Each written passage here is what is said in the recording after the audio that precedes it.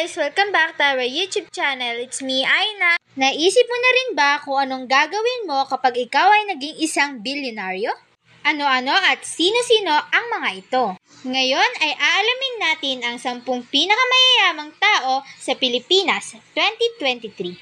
Number 10, Andrew Tan. 70 years old, may total net worth na 132 billion pesos. Nagtapos siya ng kursong Bachelor of Science in Accountancy sa University of the East. Siya ang nagtayo ng Mega World Corporation taong 1989. Si Andrew Tan din ang nagmamay-ari ng pinakamabentang brandy sa buong mundo, na Emperador Brandy.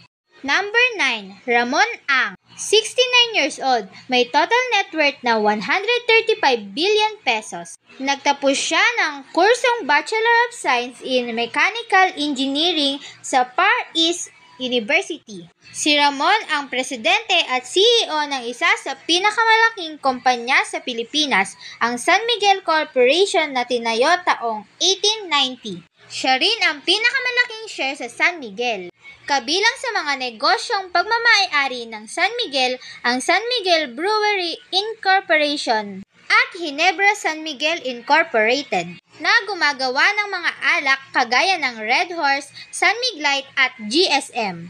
Number 8, Jaime Zubel de Ayala and Family. 88 years old, may total net worth na 140 billion pesos. Si Jaime ay nagtapos ng kursong Bachelor of Arts in Architectural Science sa Harvard University. Ang Ayala Corporation na pagmamay-ari ng Ayala Family ay itinayo taong 1834. At pinamamahalaan na ngayon ni Jaime Augusto, mayroon din silang 39 na Ayala Malls sa bansa.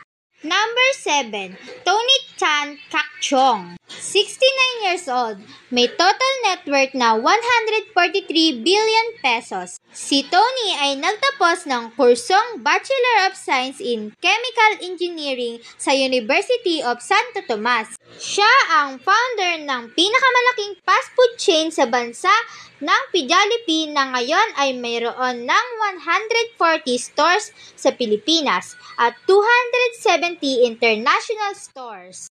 Number 6, Isidro Consunji and Siblings. May total net worth na 146 billion pesos. Si Isidro ang nakakatandang anak na lalaki at mga kapatid nito ang nagmana ng mga ari-arian at negosyong itinayo ng kanilang yumaong ama na si David Mendoza Consunji. Unang itinayo ni David ang DMCI taong 1954 na isang constructor na gumawa ng mga gusali at mga infrastruktura. Number 5, Aboitiz Family. May total net worth na 160 billion pesos. Ang kumpanyang Abortis Group ay nagsimula noon pang 1800s.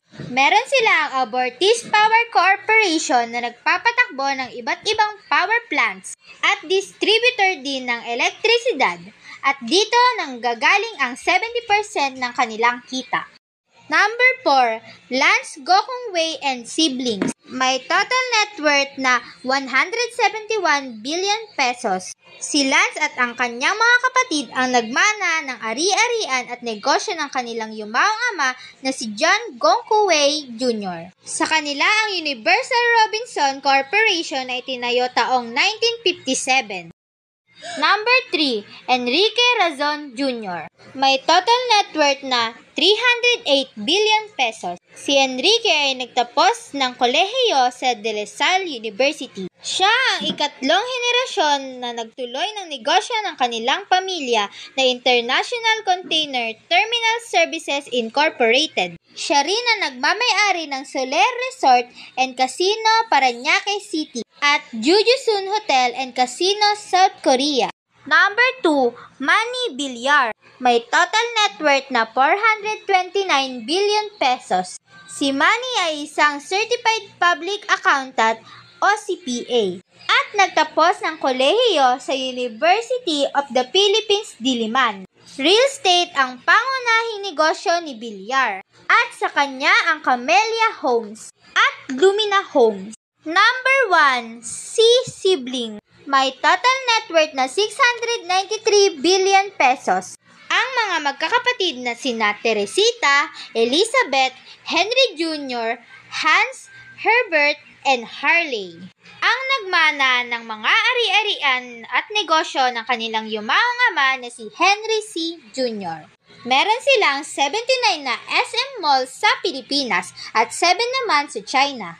Sa real estate ay nariyan ang SM Development Corporation o SMDC na gumagawa ng mga condominium at office spaces. Sa retail industry naman ay nariyan ang kanilang SM Hypermarket, Save More at mga SM Store, SM Appliances at ang mga lumalagong convenience store ngayon na Alphamart. Sa kanila din ang mga Ace Hardware, Toy Kingdom, Kultura, Miniso at iba pa. Grabe ang mga yaman nila, di ba? Sila ang pinakamayayamang tao sa Pilipinas 2023. That's all for today, guys. If you like our video, don't forget to buy us a cup of Coke or coffee and see you next time. Bye!